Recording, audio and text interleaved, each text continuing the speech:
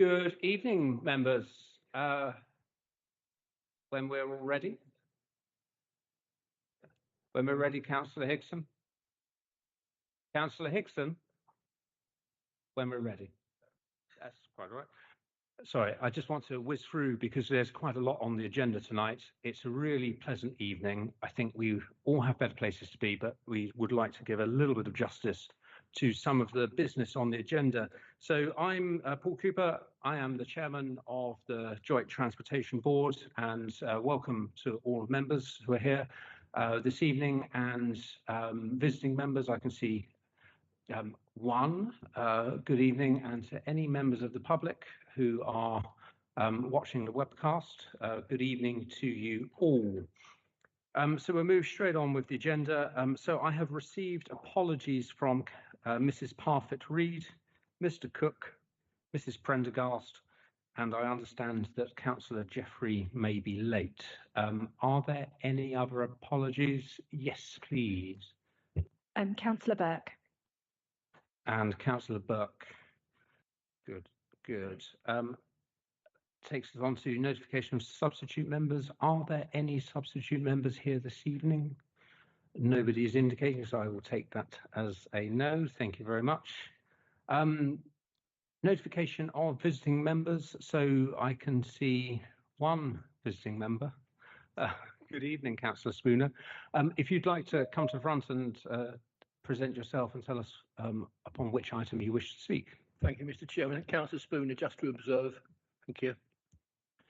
Thank you very much, Councillor Spooner. And I can see no visiting members on the webcast, and nobody is suggesting that I'm wrong. So move on to item number 5, disclosures by members and officers. Are there any disclosures from members or officers this evening? No. Item number 6, disclosures of lobbying. Are there any disclosures of lobbying, members? Councillor Wilkinson. Item 15. Thank you very much. Item number 50. In fact, I think I ought to declare that I have been lobbied on the MITP as well. Are there any other disclosures of lobbying, members? No, thank you very much. In that case, I will move on to item number 7. I see absolutely no reason why any items on tonight's agenda should be taken in private session, and nobody is indicating that to the contrary of that. So I hereby move that we take all items in open session this evening. Is that agreed, members? Perfect. Thank you very much. We move on to item number 8. I am aware that Councillor Clark, I believe, is going to move an amendment to the minutes of the meeting.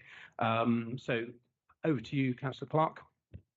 So really it was to do with the item on the page 5, Joint Transport Board Work Programme, and it's really just to add that discussion went beyond the SIL and the Section 106 monies. It also included all of the SELEC funding, which was allocated to the what was Maidstone's integrated transport strategy, and it's really that agreed proposition that's in the minutes would be to show how much money we've had from the start, how much has been spent, and how much we have going forward, and also the plan for rollout in terms of time frame.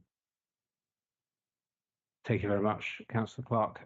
Does anyone have an objection to that amendment to the minutes? I certainly don't. I don't think anyone else does. Are there any other comments on the accuracy of the minutes? Sir Paul Carter. That sounds good. I thought we had a discussion about KCC officers attending the meetings at the last minute. I can't see that in the minutes, having quickly scanned through them. I mean, I just thought at some stage we'll have an update on the fact that the JTB has expressed a strong opinion that officers should be in attendance of the meeting. I know they may be online tonight, but I think we've had, not having had the input from highways officers is a very retrograde issue. If I can invite Jordan to comment. That's all right. If I can point you to minute 48, Maidstone Integrated Transport Plan, you can see in paragraph 3, the board expressed disappointment that KCC highways officers had not attended the meeting, given the board's remit. I would say that that bit is covered in that section of the minutes.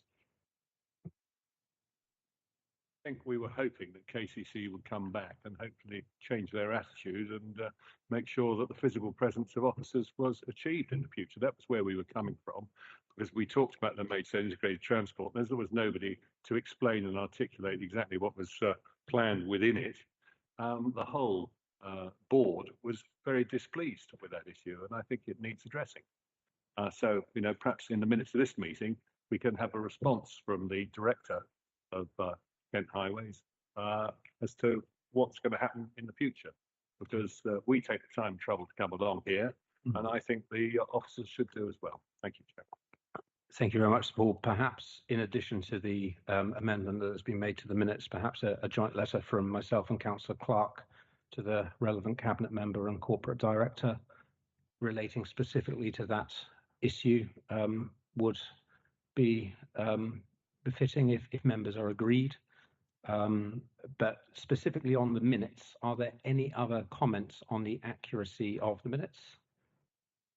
No, in that case, subject to the amendment proposed by Councillor Clark, which I'm quite happy to second, are we agreed that the minutes would therefore be an accurate representation of the meeting that was held on the 13th of February? Agreed. And a second to that, are members happy that a letter is sent from Councillor Clark and myself to the cabinet member and the corporate director, specifically relating to the matter of officers attending meetings? Are we all agreed with that? Great. Thank you very much, members. Which takes us on now to item 9, which is presentation of petitions. There are, not that I'm aware of anyway, there are no petitions to be presented this evening, but there are 2 specific responses which will come later on. And then item number 10 is questions and answer session for local residents. I'm rather hoping that there aren't any, because I'm not aware of any at this point. Likewise, item number 11, I am not aware of any questions from members to the chairman, which takes us on to item number 12, which is the Joint Transportation Board work programme, which is rather a scant-looking document as it stands. And Mr. Chittenden, do you have anything to add? Yes, please, with the work programme. If you go back to previous page 7, there is a resolution to recommend to the cabinet member about the local bus focus group be created. Could we have a report at the next meeting of where we're getting to with that?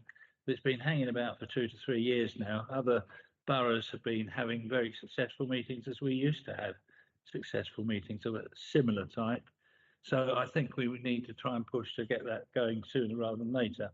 And from what I think, we probably have 2 willing partners who are now happy to do it with NBC and KCC.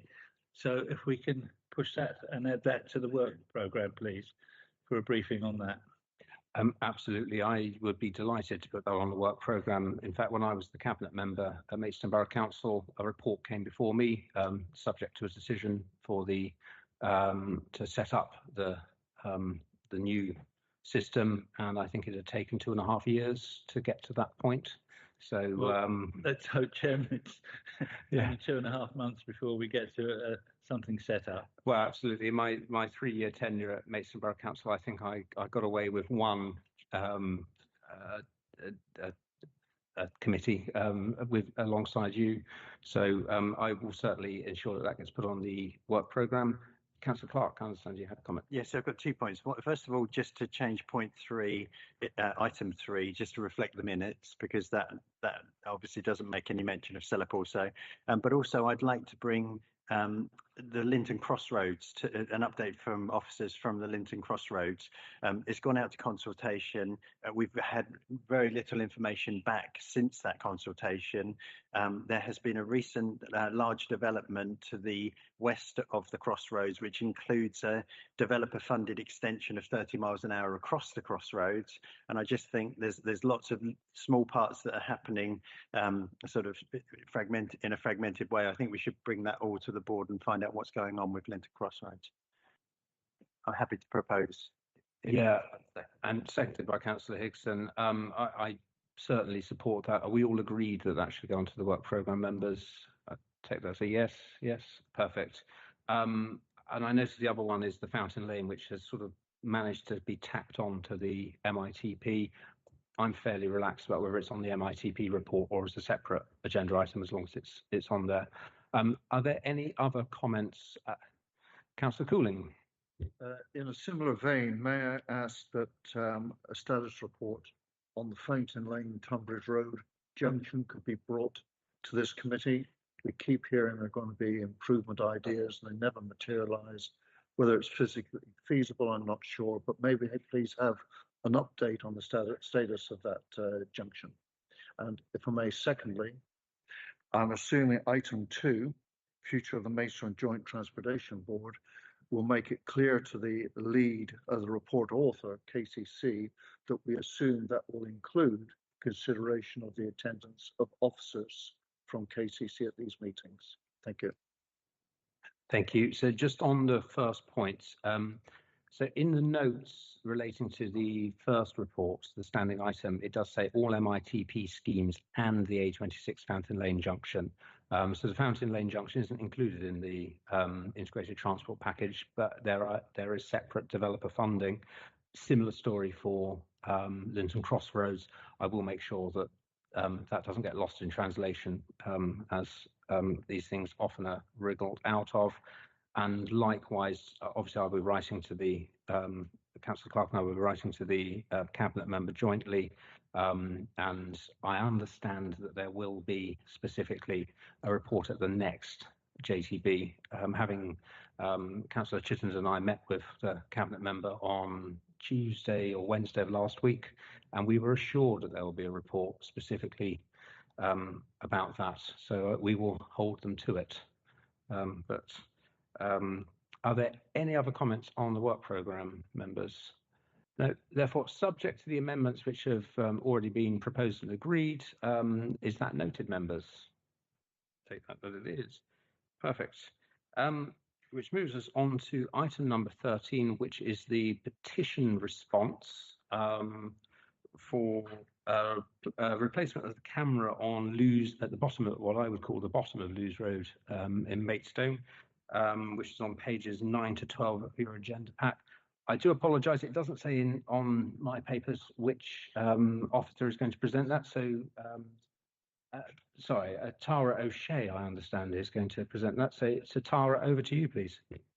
Hello, good evening, everybody. Thank you for inviting me along this evening. I guess you have the papers attached to your documents because I didn't get anything as part of an agenda here. So has everybody been briefed on the document and has read through it? Not sure. Yeah, please assume that everyone has read the papers, Tara. I sincerely hope that everyone has. Okay. Well, from my perspective, then I think that obviously Kent County Council never received the petition. Obviously, initially it was a 125 signature petition received to Maidstone Borough Council, which in turn obviously has been presented to us. So as a result of that, and long before that, we had made some quite rigorous investigations into the safety cameras there at the bottom of Lewes Road.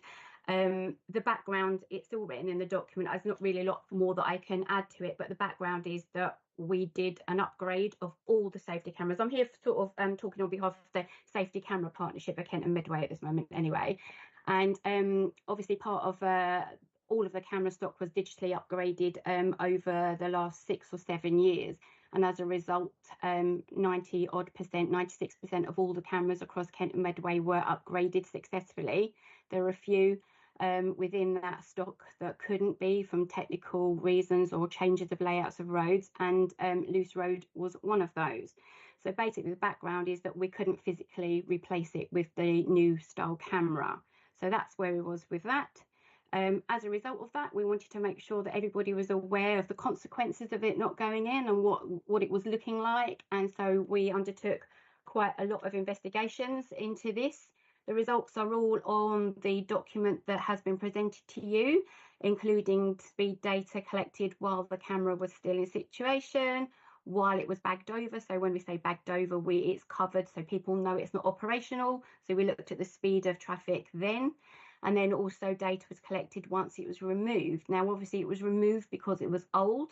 It looked like it was going to fall down. The structural integrity was obviously in question around it. And obviously, that posed a risk to pedestrians and motorists alike. So we took into account all the data pre, post, and during, and also some other data that was available to us in terms of speeds from some annual DFT stuff. Okay. We also looked at that in line with the personal injury crash data. And basically, the evidence put in front of us is that the camera housing itself was having limited effect on the speed at which traffic was travelling around towards the bend on Lewis Road at the bottom there, at junction with Howell Road. So obviously the report, it does have other considerations that we'd looked at as well with Southborough Primary School, but whether we could deploy a safety camera van out there. Kent Police went out and had a look at that, and some of the accident time that they went out there, the access was still operational and they couldn't get the right visibility displays also to operate a camera van there as well. So we took a lot of things into consideration, also the fact that it's already an assigned area where there are cameras sort of north and south of that road as well. So the recommendations after we've done our sort of robust investigations was that there was no further action to be taken in terms of replacing the camera at this moment in time, but the camera and the location should remain under review and will be included in Kent County Council's annual crash analysis studies. So the evidence is all put to you in that document there. So if there's any questions around that, I'm happy to take those. Thank you, Tara. Before I invite members of the panel, if I could just indulge myself slightly from the chair. So there are sort of 2 points here. One is, I mean, recently I had some work done at home because my roof wasn't as structurally integral as it once was, and it cost me a few quid to get somebody round to make the place watertight. I'm not quite sure I buy that when an asset on the highway is knackered, for want of a better word, we should just dispose of it. So I really want to see where we get the link from something being at the end of its life and not being replaced. And then secondly, and I speak as someone who isn't the biggest fan of speed cameras everywhere on our highway network, but there's a really high bar to putting a speed camera on a road in the first place. So clearly there was a good reason to put a speed camera outside of the school on a particularly nasty it's not quite a junction there, but a turn onto Shields Crescent. What I don't understand is that at one point in the past, that decision was made, notwithstanding that there is a very minor impact on speed at present. Why are we so confident that it was essentially put there in the wrong reason? So if you could just come back on those 2 points, because the first one I'm quite concerned about, because if every speed camera, when it comes to the end of its life, we're going to remove, do we then have to wait for a serious accident involving a child or an elderly person, or do we go through some sort of review? If you could just answer those two, and then I will bring in members of the panel. Yeah, sure. Okay. Now, obviously, when we did the digital upgrade, it was because it was changing to digital technology. It wasn't to do with the actual housings and the integrity of the housings. The actual camera technology was changing. So back in the day, those camera housings held wet film cameras. So the technology involved in that was 10 years out of date by the time we did our upgrade, and therefore the olden way of doing it, the cameras had to be removed from inside the housings, sent away to a photography lab, not Boots, but something similar, where they would take the film out, develop it, get that back to Kent Police to actually process the offences. It was timely and quite costly. Okay, so digital capabilities came along, and it meant that we could now put in enabled a technology that meant we could put this data through the through 3G and 4G SIM cards, which meant that that information was uploaded and downloaded through the technology almost immediately, a number of times a day. So technology drove this upgrade, not particularly the structural integrity of the housings. So that will be the reason why. And they were removed because the new housings, if you like, were a different style and had a different footprint, and it's because of the different footprint of the actual bit of housing that meant, and the lining that needed to go on the road, that meant that physically couldn't be replaced for like back at Loose Road. So that's the reason why that was removed. I could have left the camera housing up, but it was old and it was failing, and it was a worry, and there was a risk, as it says in the report, that it would have failed because it was going rusty and actually injured somebody. So we would not want that on our hands if that actually happened. So that's the reason why the camera housing was removed. Does that answer your question for that one? Tara, I'm really sorry to press you on this. It answers the question directly as to explaining why it wasn't removed, but what I don't understand is why it wasn't replaced for, I appreciate like for like with wet film does sound remarkably old hat now, but why on earth was it not replaced with something newer? If this is the case, do we simply need to drive around the county and damage every single speed camera so that the county council doesn't replace them? Why was the decision made? I really want to press on why the decision wasn't made to replace this with newer technology in this scenario, given that it was put there for a damn good reason in the first place.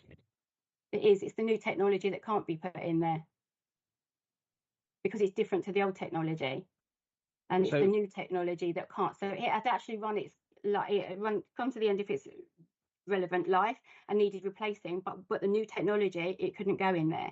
This is what the manufacturers are telling us on site, that they couldn't physically put in the new technology because the footprint was different to the old way. They had the forward visibility to the markings on the road, and we did try. We went up and down and looked for alternative locations. So we have explored lots of different options there, and so we just couldn't physically put the camera back, the new style camera back, which happened in only 4% of all the housings across Kent and Medway, or less than that, because some of them were not replaced because there were changes to the road layout. But this one in particular was because the physical constraints of putting in the new style camera housing, it meant it couldn't go in there.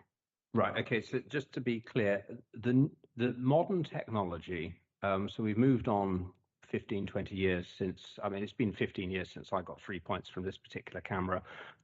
So it's been there some while. So in the last 15 years, technology has moved on so much that we can no longer put a camera in that position. Is that where we are? That the housing is no longer suitable? Is that what we're saying?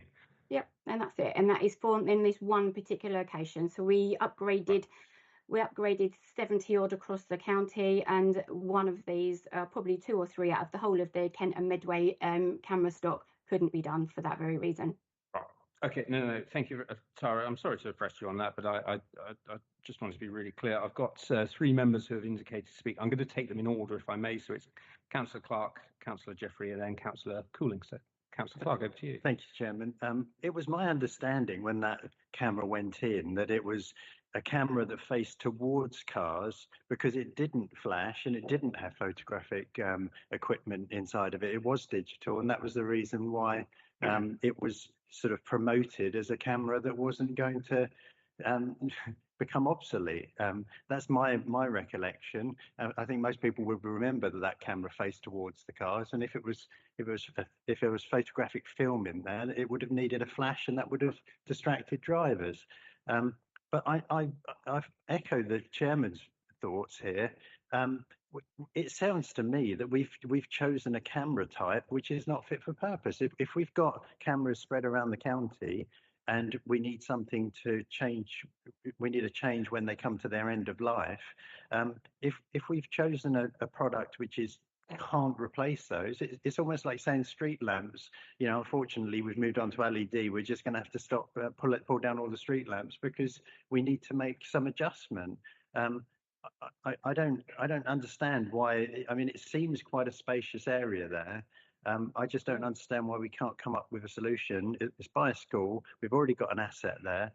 We should be looking to renew our assets. We shouldn't just be looking at it as a cost-cutting exercise because our new product doesn't work. I think we need to go back to the manufacturers and say we need a solution rather than a camera that doesn't fit.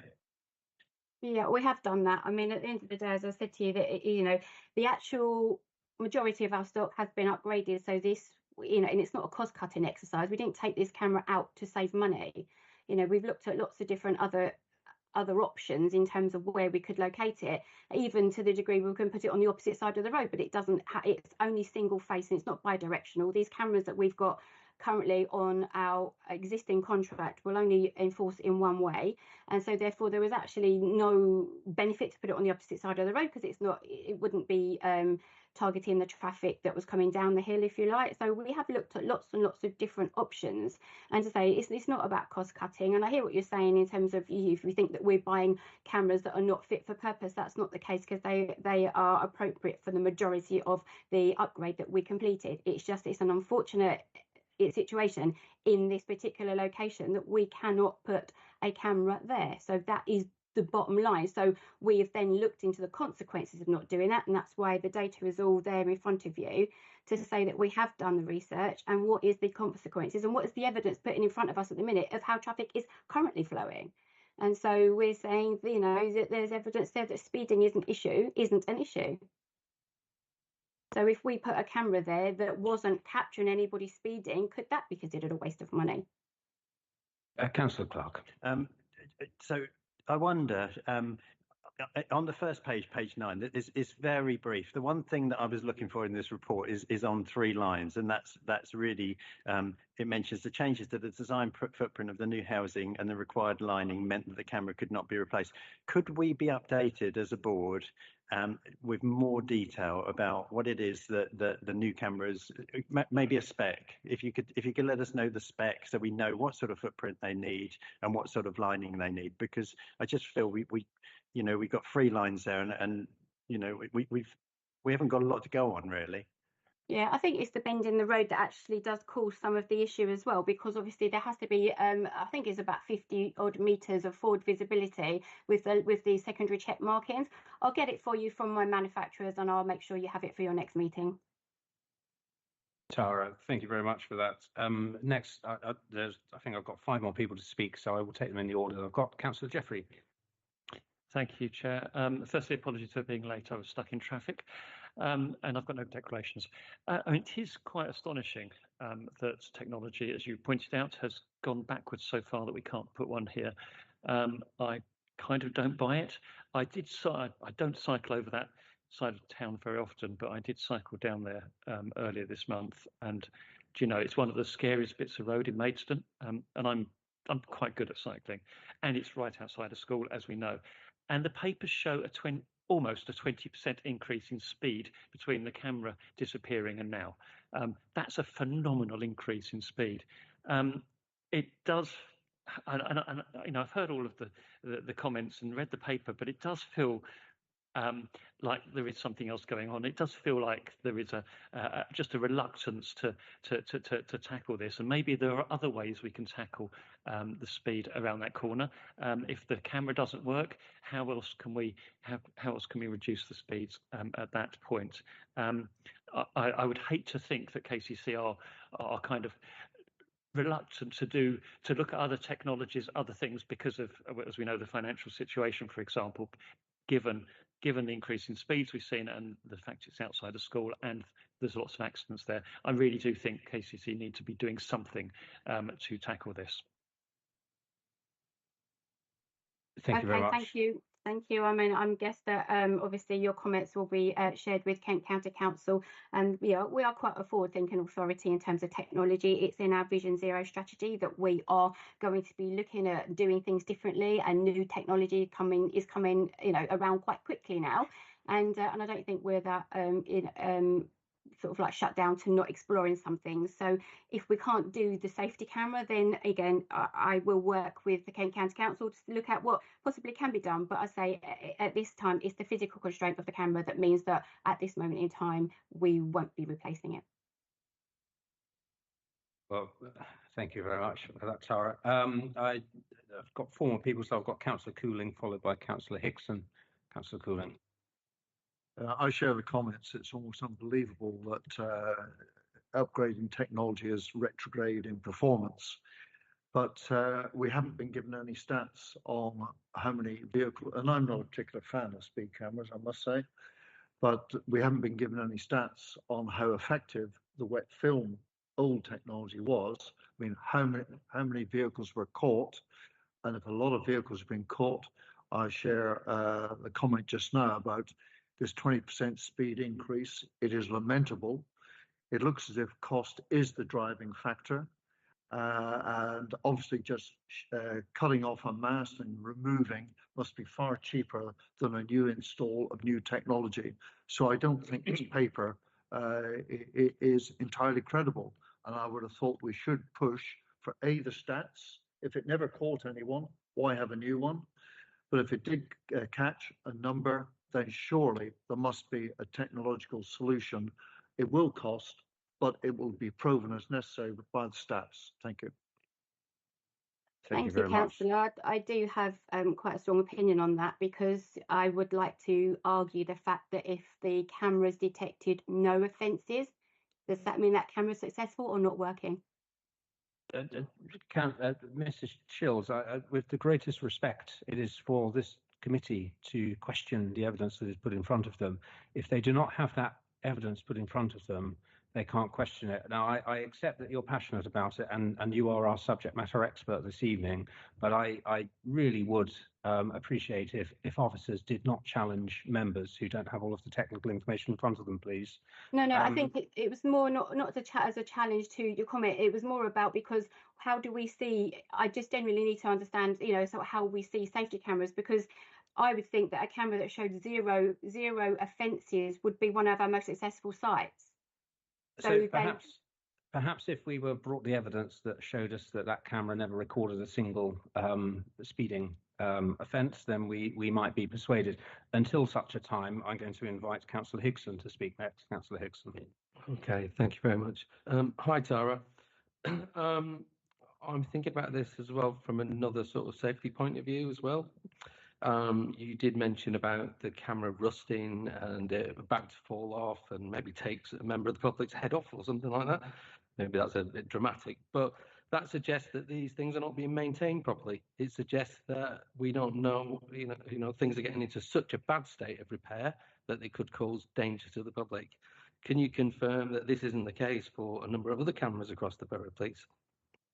Of course. No, the new stock of cameras that have been installed since 2017, they do now have a periodic inspection I undertake with our contractors annually for them to go out and inspect them to all the cogs and make sure that they're all working and in a suitable condition and safe.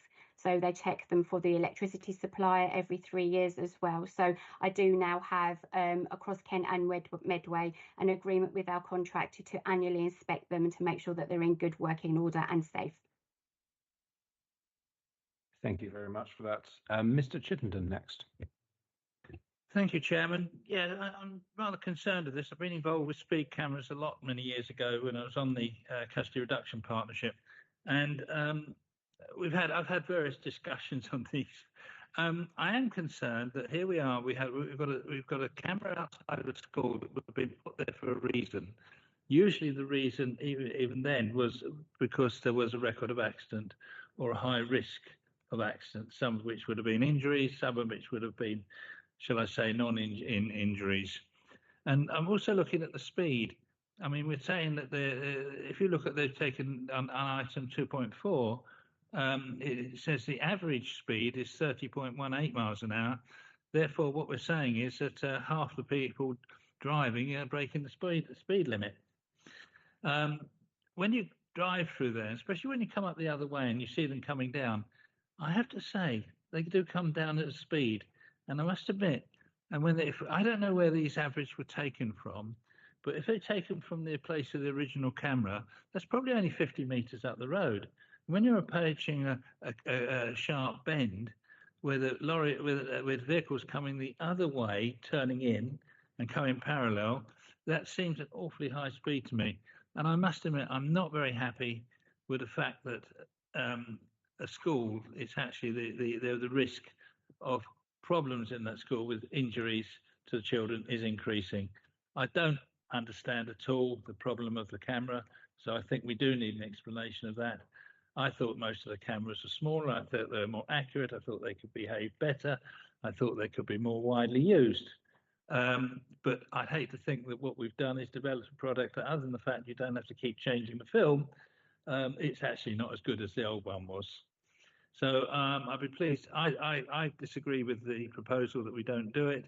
I think it should be done for the school's sake. I'm sure the schools are not happy about it, and I'm hoping that let's see what they say about the camera, because I'm not happy about this at all. Thank you, Chairman. Thank you, Mr. Jindon. I've got Councillor Springett next. Thank you. Just I'm a great one for trying to think outside the box. And we've been told you can't put a speed camera there because it doesn't work or we haven't got the sign. So has consideration, or could consideration be given to inserting average speed cameras along a greater selection of the road, which would control the speed all the way from that horrible little junction that's the name of which is escaping me, all the way down around Shields Crescent and then right the way down to the bottom of the one-way system. So that you could take out the other speed camera then that's further down the hill and have an average speed along a greater section of the road. Just a thought, just throwing that idea out there. Thank you. Thank you very much. Councillor Spring, I can see the way this is going. I'm not sure I've had anyone who's spoken in favour to the spirit of the report yet, and I suspect somebody will, but if not, I think we'll probably be moving that this is reconsidered and looked at, and perhaps in that reconsideration, if we could look at all of options, including the one that you have chosen, if that's acceptable. I've got Mr. Cannon, and then I'm going to come back to Councillor Clark. Thank you, Chairman. I sort of I'm not so worried about the removal of this camera because I think there's plenty of cameras on the road, and what I would like to see is actually a flashing school warning sign at this point. I think that would have a powerful effect, you know, where it shows school, letting people know that there's a school on this corner. I think that is a solution that perhaps would sort of deal with some of the issues and concerns that people have. It would be good for the school to let them know that we are listening and doing something. But in terms of enforcement cameras, there are some on this road, and actually maybe we should be thinking about a flashing school sign there that can work in conjunction with the other speed camera just a little while down the road as well. And then there's obviously the one at the top on the other side of the carriageway. So I'm a bit more relaxed, but I would like to see that sort of option put in place at that site. Okay, thank you. Slightly outside the remit of my role in the Safety Camera Partnership, but feel free to talk to the Highways Improvements team and put that on your hip as well, if that's something that you would like to have considered. That would be great. Thank you. Thank you. I'm going to come to Councillor Clark and then on to Councillor Wilkinson. Thank you, Chairman. I'd like to say, if you're proposing that this come back, I'd like to second that. I think that we should also consider all of the things that have been considered, because before you spoke, Councillor Cannon, I was thinking that at the very least, at the moment the report is saying that nothing can be done, but at the very least we could have something to indicate speed and a smiley face or a frowny face. So I'm perfectly happy to see warning that there's a school as a very minimum backstop to this, you know, rather than just saying nothing can be done. I just think there are some options there. So I would like to see this come back. And I think all of the feedback from this board should be considered. And if we need to widen it across remits of officers, then so be it. Thank you very much. Yeah, that was a proposal, and I take it that you've seconded. Thank you very much. Councillor Wilkinson. Thank you, Chair. You mentioned that the traffic cameras were brought in for a reason in the first place. So is it worth having a look at the paperwork from the original when it was commissioned in the first place? Yeah, I certainly would request that when we re-look at this, revisit it at the next meeting, that we do have that information in front of us, because it is lacking at this point, and clearly speed cameras were never really put up for fun. So sorry, can I Ma'am? just say there? I think Yes, that please. this one is quite an old camera, and it was put in before the safety camera function was even devolved down to local authorities. So I think it was part of the DFT function at the time as well. So I do think we may struggle in actually determining the full history of it, but we can always look at the crash data. I think we can go back far enough to determine what the crash history was there, but we might not have the full picture at the time, but there definitely will be some evidence in terms of crash history. Thank you, Tara. I think that would be very helpful. Obviously, if we are able to get the exact rationale, that would be great. So, members, I haven't seen anyone else indicating there's a proposal on the table to revisit this at the next meeting and to look at all avenues of exploration to see what might be a suitable solution that we agree with. I proposed that from the chair, and it is seconded by Councillor Clark. Is everyone in agreement? Yes. Great. Thank you very much, members. Thank you very much, Tara.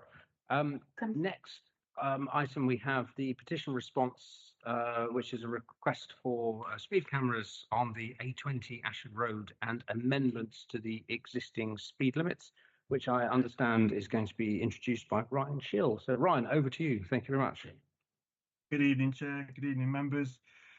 Yes, so we had a petition which we received in May for a request asking for safety speed cameras and speed limit review along a 4-kilometre section of the A20, which runs from the petition wording from Willington Street, which is just west of the eastery of Moat Park, all the way through to the M20 Junction 8 roundabout.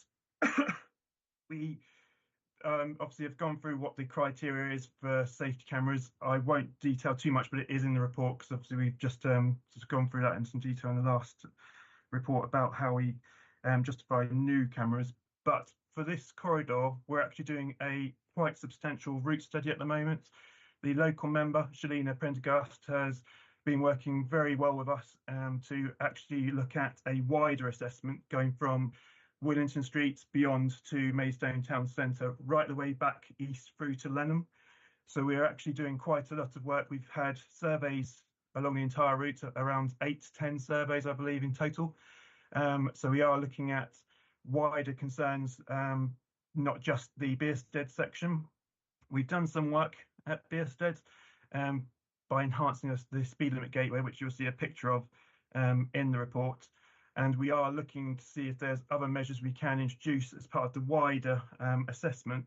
But as you can see in our recommendation, at the current time, we don't want to suggest something which we could do in this area without knowing what the holistic effect and what we can recommend for the wider corridor as part of our ongoing commitment to working with the parish councils along this corridor.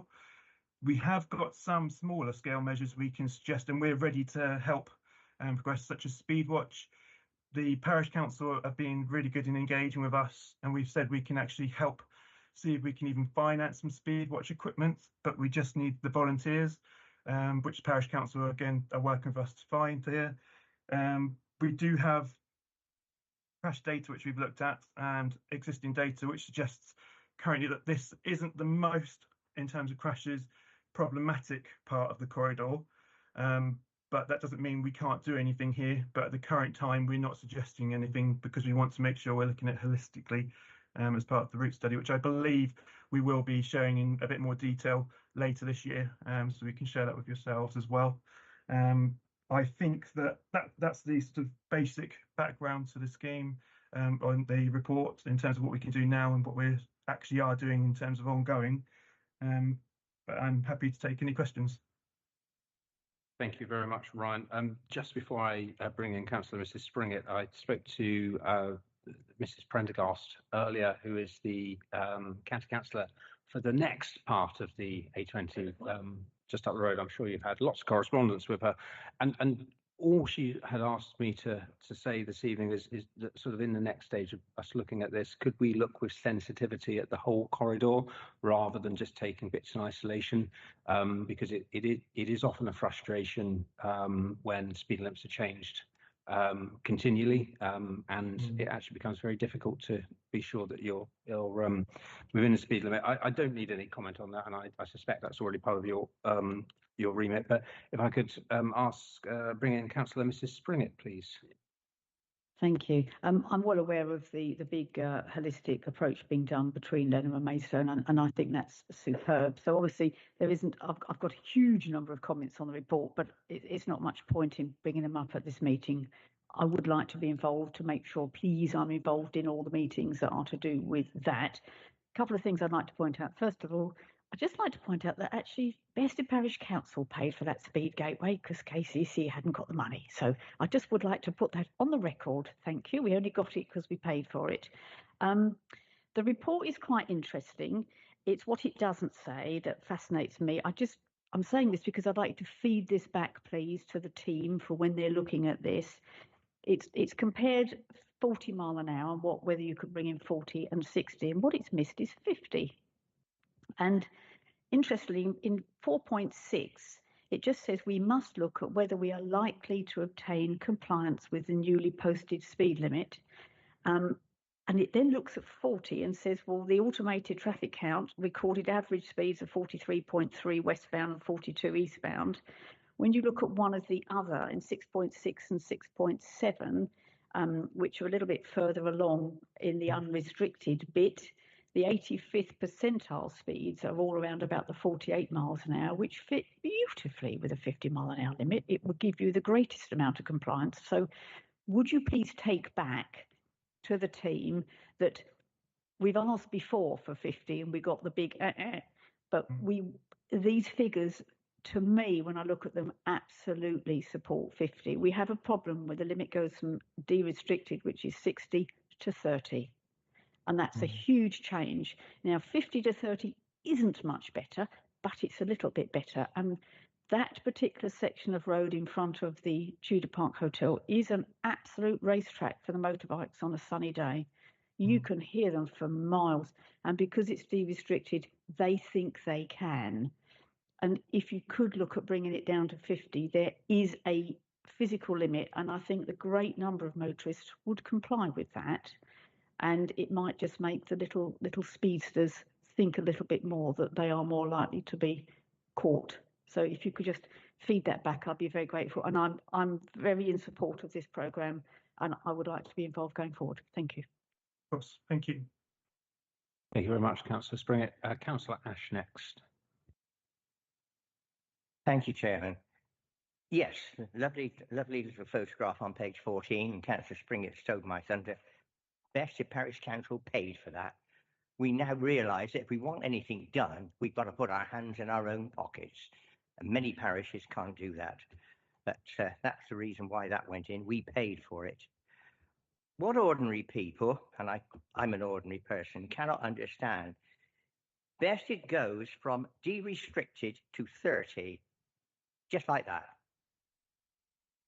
Why? When if you drive into Harrietsham on the A20 coming from the east, you go de-restricted 50, 40, 30, and then you're going out of Harrietsham. It's the same motorist that's using that A20. They're no different as they drive through Harrietsham to what they are when they drive towards Bearsted. Yet we've been told no, de-restricted, okay, and then 30 suddenly. Thankfully, a lot of motorists do actually slow down. One thing that was highlighted to me at a coordinated traffic transport group was the fact that going out of Maidstone on the A249, you can only do 50 on the Detling Road, up Detling Hill. That's 50. That is a 4-lane dual carriageway.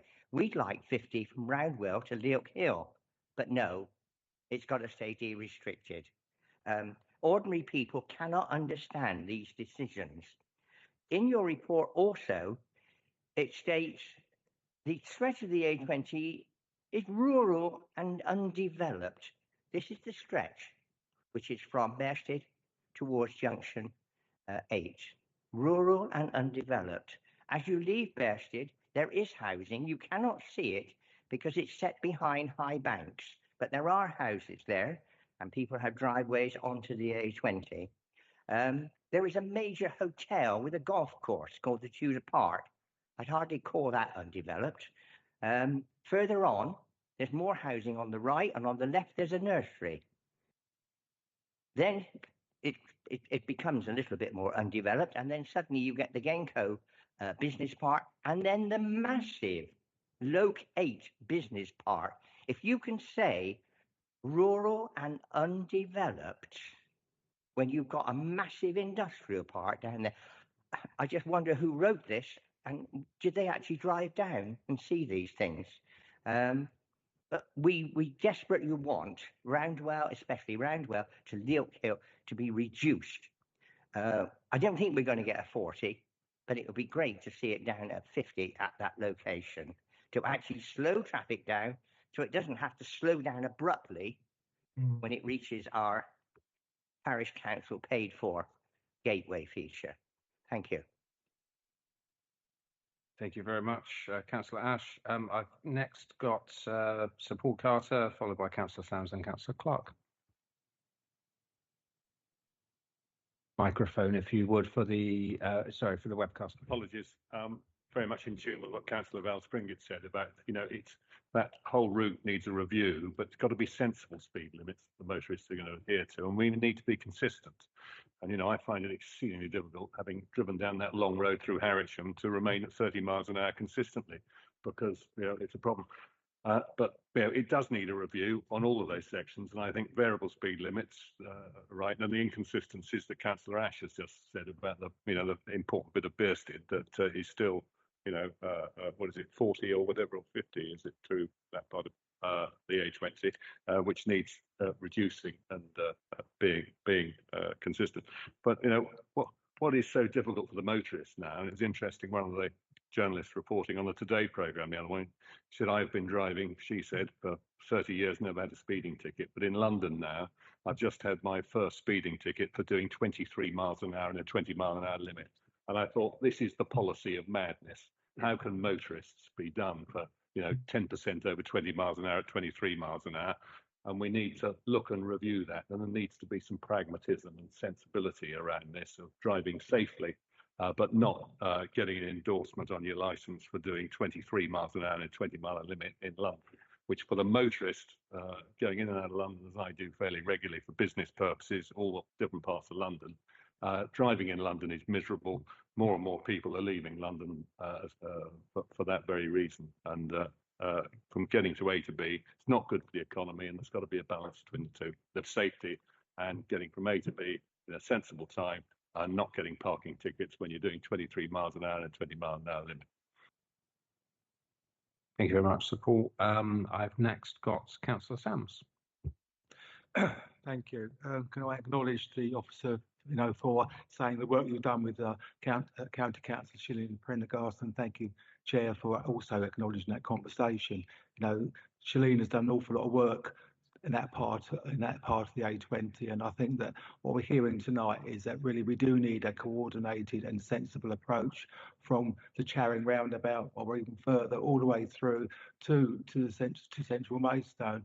I've got no sympathy, Councillor Carter. We did get a speeding ticket because you were doing over the speed limit anyway, so that's the way it goes. But I think that there needs to be pragmatism in this, but also we do need to look at the fact that you can't drive over that entire stretch and go from speed limit to speed limit to speed limit. And really the driver really hasn't got much of a chance to know what the speed limit actually is. And I think we need a consistent approach and a sensible approach. But I don't really see why we can't have 40 miles per hour, because that's a really sensible. You've mentioned that, the bit Lock 8, it sits there and it's a really dangerous area to come out, and it will get even more busier and all the way through to Bearsted. I don't honestly see why we can't have a 40 miles an hour going through there. Certainly that's what they want over at Lenham. And as for the importance, I can name the fatalities of the people I've actually got killed in Harwich, and that's why it's 30 there eventually. So I think that we need a consistent approach. I think we need to involve the parish councils, certainly the ward members and the county councillors, and I think together we can actually come back with something which is going to be fit for purpose. That's what we really do want. And I sympathise with the people of Bearsted, because often you drive down there and you find yourself coming down the hill and then up the hill a little bit again. And at that point, you get to the 30 if you don't take notice of it. So I do sympathise entirely about that. But I think we need a consistent approach, and we all need to get together and go through it and actually have something sensible. Thank you. Thank you very much, Councillor Sams. I've got Councillor Clark followed by Councillor Jeffrey. Hey, Chairman. I welcome the idea of the whole corridor being studied, and I think we could do that with success across Maidstone. The idea of bringing the speed down to 60, I think, is a no-brainer. But I also think that when you look at something end to end, including the town centre, you can reduce speed, and you can actually make progress. You can actually speed up progress through that corridor if you do attenuate the traffic flows, because if people are speeding up and slowing down and speeding up and slowing down, you actually can end up with more congestion, especially as you get towards the town centre, than if you control even at a lower rate. I'm mindful of the road that leads up to the Chessington Wells of Adventures in Surrey, where there used to be a national speed limit almost to the point where you got to Chessington Wells of Adventures, and you'd have this enormous sort of problem, and always there would be accidents, but you'd have this intense congestion just outside of the centre where everyone's trying to get to. They've now brought that 40 all the way back to the M25 junction. Is much slower per vehicle, but the actual flow through that corridor is significantly faster than it was when I remember it 20 or 25 years ago.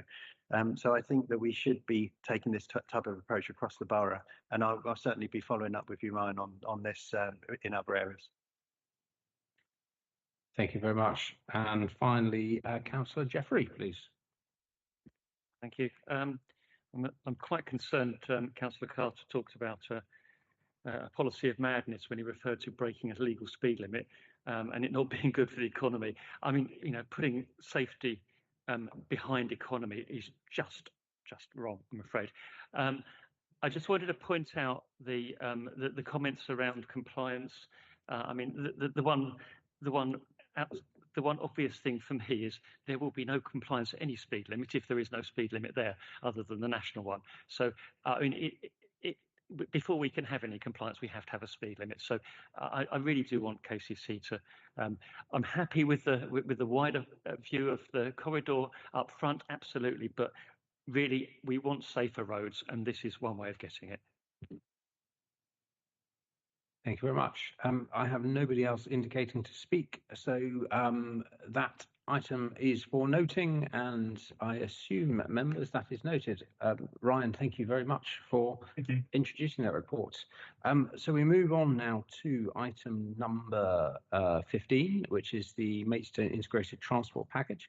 I understand that is going to be introduced by Benjamin Cudahy and Kevin Gore. So over to you, gentlemen.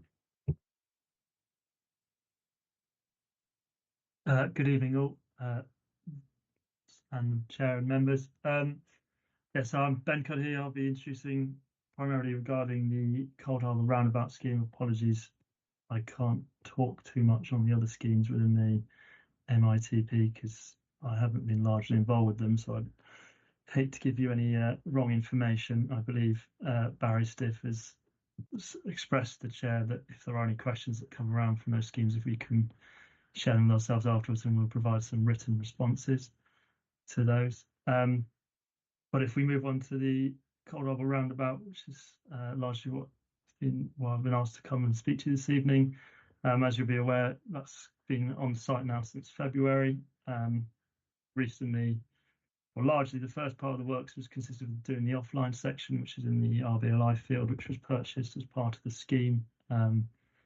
This was sort of to facilitate the traffic running around that side of the road, so which allow us to sort of work in that middle section of the roundabout, which has happened in the last couple of months.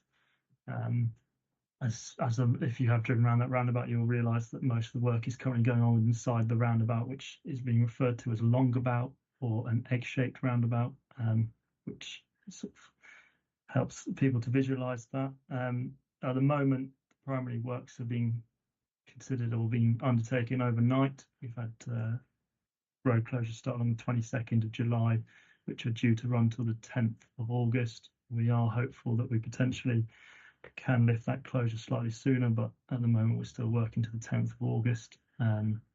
So that's the majority of those works are surfacing works, which are easy to carry out under night given the amount of dumper movements and the amount of plant that has to move around site.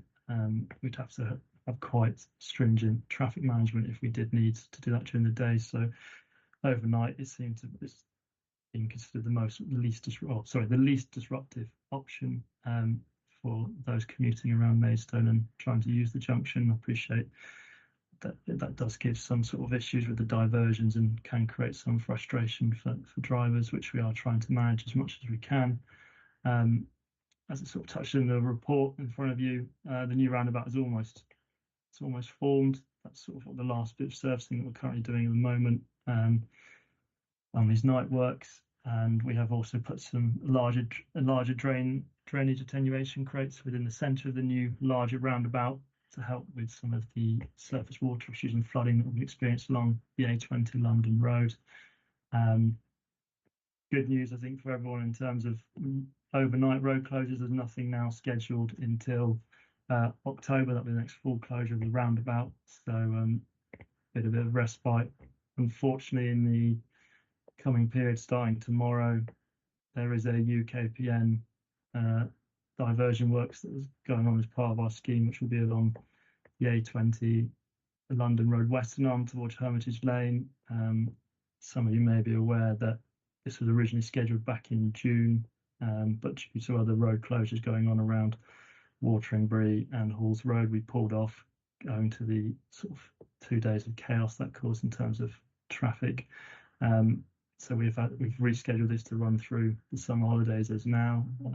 We are trying to get UKPN to complete those works as quickly as possible, but unfortunately, utility companies are a bit of a law unto themselves, so they've currently got scheduled it in for 3 or 4 weeks, whereas previously communicated, I think in a lot of our leaflets and information we put out, that we'd be pulling traffic off on off-peak hours only, and so leaving the peaks free. Given that UKPN are having to trench down the centre of the road, the lane closure on the A20 London Road Western arm will have to stay on for 24 hours a day for the duration of those works that they're carrying out.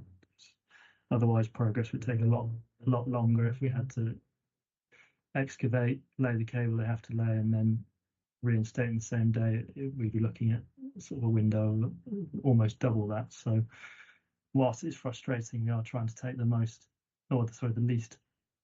least option in terms of disruption to passers-by and traffic. But I'm aware that it will cause some impact, so we are trying our best to mitigate it. And then in the coming sort of period, looking forward, we are looking then to get traffic running around the new roundabout, which then facilitates us to work on some of the tie-in points on the A20 eastern side, so sort of that approach from the Fields roundabout, and then also on Cold Harbour Lane heading south.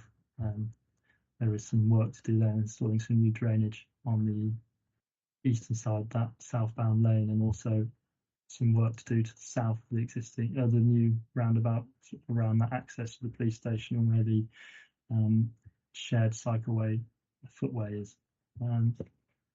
That's pretty much an update on where we are. I would say at the moment that we are still on track to finish as programmed in December of this year, and we haven't struck any delays at the moment. Obviously, that's good news, but we're also mindful that we are potentially heading into, not just yet, obviously, but we are heading into the winter months. There may be some issues there, but we have put ourselves in a good position to hit our programme as sort of specified. So I will now open the floor to any questions or further information you require on the Cold Harbour scheme. Thank you very much. Ben, I appreciate that you aren't an expert on some of the subject matter. What I would like to say, and please, this isn't directed at you, Ben, it is really frustrating. I've sat on this board for 7.5 years, and there is a 3-page report on the progress of the MITP, the front page of which is isn't even part of the report. Money has been on the table for a long time, and I, for the benefit of the minutes, I think our frustration that this money, which has come from SELAP, it remains unspent, and frankly, large portions of it. I look around, I'm not sure anyone's entirely convinced that things are moving forwards. I think it is exceptionally important that at the next board in October, we do get a slightly more detailed synopsis of where we are with every project. And Ben, please don't take that as a criticism of you, because it really isn't. But I think it does need to be said, because we're getting a little bit frustrated. Anyway, I can take that away, and we can communicate that with, and make sure that at the next one that we do have a more detailed synopsis for some. No, Ben, I do appreciate that. Thank you very much. So first to speak, I've got Councillor Mrs. Russell. Thank you, Chairman. Building on what you said, really, my annoyance starts with point 1.1, because it just says in respect of the major schemes currently in progress. And I would counter that many of these are not in progress. Actually, as you read down, it says the Bearsted Road major infrastructure project paused. A20 Cold Harbour roundabout, we heard all about that. That is probably the only one that is in progress. And some have actually dropped off from the previous meeting that we had. I just had a quick flick back to find this report from the last meeting. And at the last meeting, we had a whole section on the Lewes Road corridor. Now, some of them have just dropped off, because obviously they're now schemes that we can't do, so we don't need to report on them. So Lewes Road junction with Cripple Street, dropped off the report. There was a Shields Crescent one, dropped off the report. Brings me on to the worrying bit about the Lewes Road junction with the Wheatsheaf junction. Here we go again. As I was the previous chairman of this committee, I know that that was done as a fait accompli, which really angered lots of residents. But I see in 2.3.3, again, we've got this decision will be communicated to key stakeholders. Hopefully that's us, once made, and to the next JTB meeting. So is that just going to come back as a, well, I've just done this again, that's the answer, and the board can just have the answer and get on with it? We even had at the bottom of the report, there used to be the A274 Sutton Road junction with Willington Street, which was a developer funded scheme that was coming at the end. That's dropped off. The Fountain Lane junction now seems a little bit hard. So I worry for the future of that staying on the report, because that's probably going to drop off. We've even lost the map. So I think there's a lot that needs to be redone for this report when it comes back to this committee again, because I just don't want to keep seeing things drop off, a 3-page report. And I do think it all needs to tie back to the money, as was said earlier on the future programme. It needs to tie back into that. Where is the money? This committee has said this a number of times. What did you get at the start? What have you spent? What's left? I don't think it's that difficult, and we still don't have that information, despite looking around the room and seeing many members that have sat on this board for a very long time. Thank you. Thank you very much, Councillor Russell. If I could just add to your, forgive me, I'm sure you've said it eloquently enough, but just in addition to all the ones that have dropped off, there's one particular scheme where we've had JCBs, poured concrete, and then halfway through, before the road is usable, we seem to have cancelled the works, which is even worse than some of the schemes which are, and there isn't really an explanation in here as to why that has been cancelled. And Mr. Chittenden and I have certainly been searching for one, and I'm not sure we understand. So, sorry, Mr. Carter and I have been searching for one as well. So it is frustrating. But next, I've got Saul Carter. Yeah, I mean, no, agree with our colleague. Can't remember your name. I do apologise. That we've been beating this drum to have the fullest report on the integrated transport schemes for Maidstone, which have been money earmarked for years and years and years ago. And I was the representative on the South East Lep fighting for some of them capital investment in these schemes, and a lot of them still haven't been delivered, and there's been very little progress. So we really do, if JTBs that have any function, and the functionality should be scrutiny by local members and parish councillors and district councils and county councils on the delivery and the priority of the various transport schemes that come forward, and how the timeline programme is for delivery. So I'd like to see on the next report, when we were first awarded funding, what 106, what LEP money has been provided, because I was always fighting a rearguard action. It was use it or lose it. And if we, didn't get on with the schemes in Essex or Kent or East Sussex, the money would go on another project. And we managed to sort of hold the position whereby there were reasons for the delays. But this is stretching the elastic to a giddy limit, to be absolutely honest. So can we please have on all the schemes that are missing from this report, the whole package, the reasons why there may or may not have been a delay, and timelines when they're expected to be delivered. Now, I'd also like to know in that report, the money that's been allocated from the LEP or whoever, or the where is that money sitting? Are the projects earning interest on that money deposited in some treasury deposit somewhere? And will that interest be put to the scheme to cover some of the loss in the inflationary factors, where many of these schemes are probably now costing nearly double what they would have done 5 or 6 years ago? And therefore, part of the problem is the inactivity on behalf of someone somewhere in getting on and delivering. I know getting things done are difficult in the public sector, but I think we've stretched the elastic far too far. And we, as elected members, are offered a real explanation of the journey to date. And most importantly, and far more important, is when are these schemes going to be delivered with the facts and figures presented in a sensible, intelligent way. This, in my mind, is a very lazy report, which doesn't satisfy many of the members, if any of the members sitting around this table. And that's the whole purpose of JTBs. And I know that is up for grabs at the moment.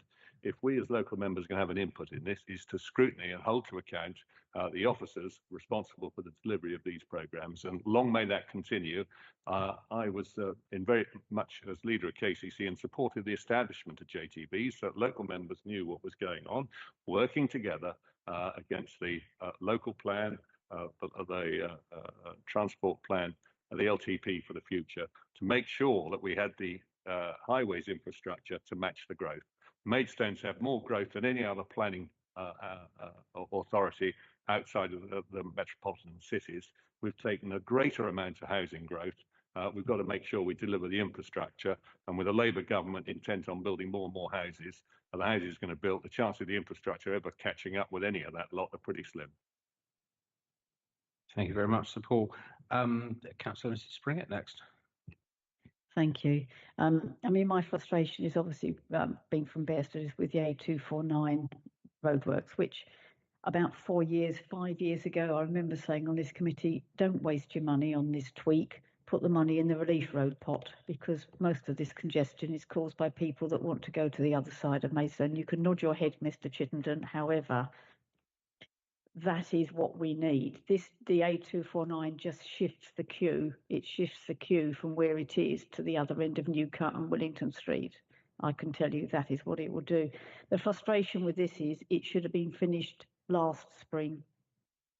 And that's the frustration. We've got some temporary pedestrian lights that, in fact, they have behaved recently, but we went through a phase of them being broken, stolen, and they cause queues every day. And now to be told that it's probably not going to happen if we finish till next spring, which is 2 years late, is incredibly frustrating. It's the delays that have caused the costs to rise, and it's very, very frustrating. The only good thing I've seen in this report in 2.4 is that the KCC are looking at bringing forward the Willington Street A20 junction improvements. Now, again, that's another tweak, which won't do an awful lot, but I would really, really welcome that actually coming forward before you finish the A249 works, because it will help mitigate a little bit of the queue, which normally this road holds back. But once this scheme is done, that queue moves down to the A20. So I would very much welcome the bringing forward of the Willington Street A20 works. Thank you. Thank you very much, Councillor Springett. Next, I've got Councillor Clark. Thank you, Chairman. I think one of the things about things dropping off is it prevents us from being dynamic in working out what we need to do for the gaps in Maidstone's infrastructure. Cripple Street that got dropped off, which isn't here, had £1 million next to it. Now that's a lot of money. When you look at some of the schemes we spent a lot of time talking about with 30-mile reductions, that a traffic order really doesn't cost that much compared to £1 million that's allocated toward a junction, and it's just gone. And the reason why this board asked for this to be a standing item every single board meeting is because early on we got the sellout funds, and then we'd find no update, no update, no update, and then we get an update that looks like the same update we had 3 meetings ago, which almost cut and pasted and just added onto the agenda. And I think members wanted to really have something that they could get their teeth into every week. We could work out how to steer it one way or the other if the funding was going awry, and we've just never had that opportunity. And unfortunately, even now, I mean, there's a slight update about the A29 junction at Sutton Road, but it's slightly perverse, because it says that the KCC's Cabinet Member for Highways and Transport committed to review the closure of Cranbourne Avenue for a further 6 months, which I think most residents would welcome. And then in the next page, it mentions about, the next paragraph, it says that the findings due to be presented to the KCC Cabinet Member to make a decision on Cranbourne Avenue and the final proposal for the Wheatsheaf Junction, which apparently is coming next meeting. So there's something that's not quite right there, because if we're going to wait 6 months to re-review Cranbourne Avenue, are we going to wait 6 months for the design, or is it coming next meeting? But there's just not enough there for us to unpick it. I just feel, as everyone else has said, we need to have the money woven into this report. We have to see where our starting position was, because not everyone has been on this board since we first put this as an item. Review where that money has gone, and if we need to go after it, we need to work out what to do with it if things aren't moving ahead. We can't do that at the moment. I think that needs to change. Thank you very much, Councillor Clark. I would echo the frustrations with Cranbourne Avenue. I was assured back in 2019 that I would be able to cut the ribbon at the opening of the new junction at the Wheatsheaf in advance of my next election. Well, I was re-elected in 2021, and I certainly didn't get to cut any ribbon, nor is there any sign that that is likely to come anytime soon. Yet, you know, and it is a rather contentious issue. Cranbourne Avenue has been shut, yet we still haven't seen final proposals for the